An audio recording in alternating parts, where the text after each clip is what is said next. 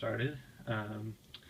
Alright, so I'm going to start this video on my scientific journal article for Cell Biology Lab. My protein is lactic dehydrogenase.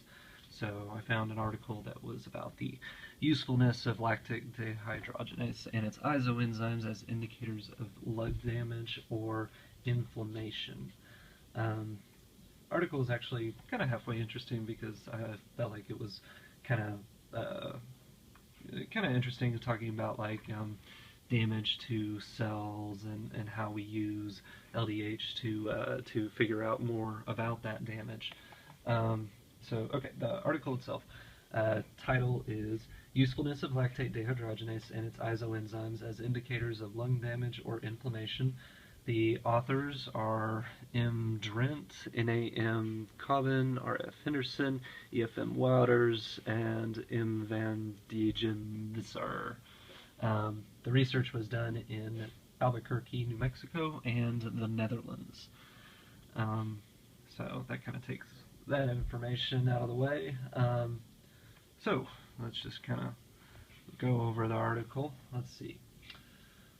So basically it talks about how enzymes located in the extracellular space, or where they wouldn't normally be found because they don't serve any function there, serve as indicators of disturbances below the surface.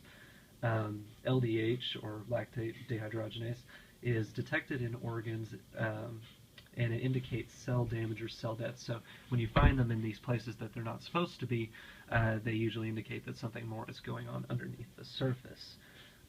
Usually shows up after cell death caused by excess heat or cold, starvation, dehydration, injury, response to certain drugs, and chemical poisonings. It's important in diagnosing the degree of cytotoxicity present by measuring the activities of cytoplasmatic enzymes like LDH. So basically this just means that by measuring the amount of this enzyme, or the different variants of this enzyme, we can tell how much damage has been done below the surface and the extent of that damage. So very useful to be able to measure this, to be able to learn more about the damage going on from starvation or dehydration, injury, stuff like that. Okay, so then it just kind of talks a little bit about what LDH actually is and does. Catalyzes the oxidation of L-lactate to pyruvate with NAD+ as a hydrogen acceptor, which is the last step in the chain of anaerobic glycolysis. The reaction is reversible, and equilibrium favors the reverse reaction or the reduction of pyruvate to lactate. So this is just talking about the properties itself of LDH and how we usually find it as catalyzes the reaction involved in anaerobic glycolysis, and so it serves many functions, and whenever we see a pileup of it, that means that there's been some interruption in this chain.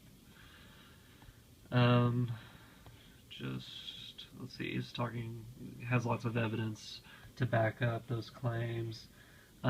Mostly it talks about measuring LDH, or lactate dehydrogenase, in people with lung disorders, and showing pulmonary inflammation, pulmonary damage. Let's see. The conclusion talks about, let's see if I can find it real quick. There it is. Let's see. LDH, a cytoplasmatic enzyme present in essentially all organ systems, is thought to be released only after cell death. Various cell types are frequently characterized by different LDH isoenzyme profiles. Therefore, LDH isoenzyme activity patterns can be used to locate the cellular injury, give a direct indication of pulmonary cell damage. Future research should focus on the specific cells that contribute to the increase. So this is pretty interesting. It's just talking about how the different isoenzymes of LDH can be used to indicate what kind of cell damage has occurred in the cell.